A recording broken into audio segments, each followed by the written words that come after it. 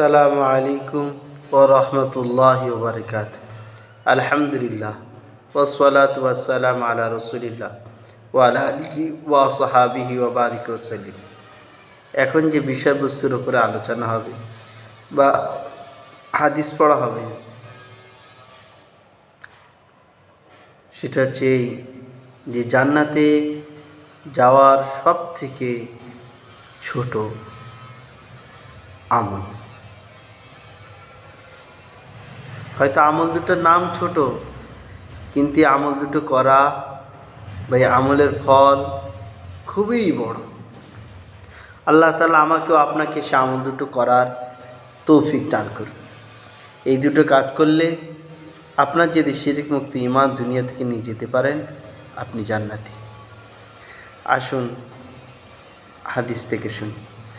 আন সাহেল ইবনে সাদ রাদিয়াল্লাহু তাআলা আন রাসূলিল্লাহ সাল্লাল্লাহু আলাইহি ওয়াসাল্লাম قال মান ইয়াজমান লি মা বাইনা লাহইয়াইহি ওয়া মা বাইনা রিজলাইহি আজমান লাহুল জান্নাহ, রাহুল বুখারী মা হিব্বাবুল হিফজুল লিসান।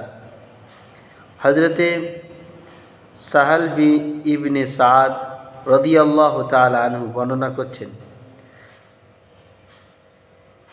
হইতে বর্ণিত আছে যে রাসূলুল্লাহ সাল্লাল্লাহু আলাইহি সাল্লাম ইরশাদ করেছেন, যে ব্যক্তি আমার জন্য তার উভয় চোয়াল ও উভয় পায়ের মধ্যবর্তী অঙ্গের দায়িত্ব গ্রহণ করবে, যে সে তার মুখ ও লজ্জাস্থানকে অন্যায়ভাবে ব্যবহার করবে না, আমি তাহার জন্য জান্নাতের দায়িত্ব গ্রহণ করিতেছি।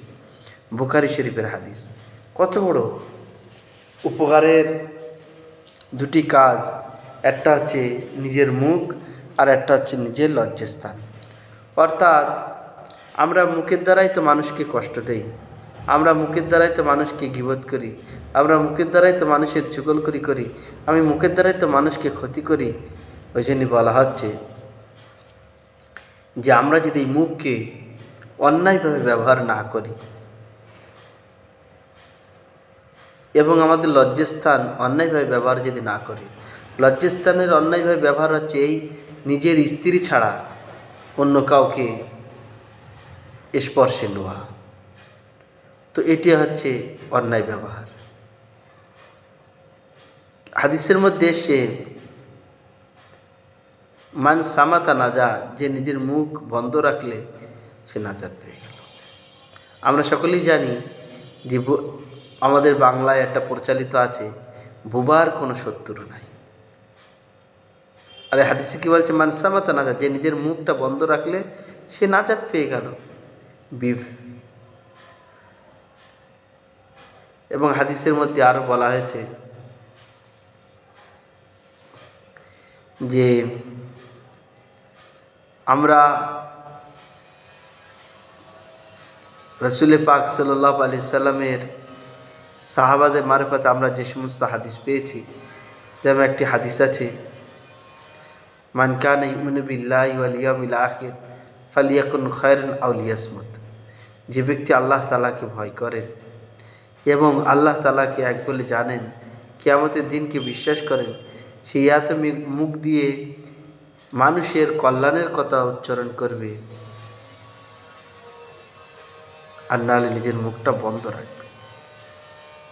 কত বড় কথা, কত বড় উপকারের জিনিস আমরা ভেবে দেখেছি। নবীজি ফালিয়াকুল খায়রান আও লিয়াসমুত, ইয়া তো তুমি মানুষের উপকারের জন্য আলোচনা করো আর না হলে তুমি মুখটা বন্ধ রাখো। আজকে যত জায়গায় ফিতনা হচ্ছে, যত গ্রামে ফিতনা হচ্ছে, মানুষের মুখ চালিয়ে ফিতনা বেরিয়ে যাচ্ছে। আমরা যদি মুখটাকে কন্ট্রোল করি, তাহলে আমাদের সমাজের দেখা যাবে যে 95% ঝামেলা বন্ধ হয়ে যাবে।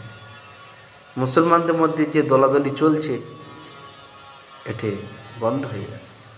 আল্লাহ তাআলা আমাদের সকলকে এই নবীজি যে দুটো কাজের দায়িত্ব দিয়েছেন বা নবীজির উপরে নবীজি আমাদেরকে বলেছেন, যদি আমরা এই দুটো জিনিসের হেফাজতের জিম্মেদারি নেই, তাহলে আল্লাহ রাসূল সাল্লাল্লাহু আলাইহি সাল্লাম আল্লাহ তাআলার কাছ থেকে আমাদের জান্নাতে দেওয়ার জিম্মেদারিও নেবেন।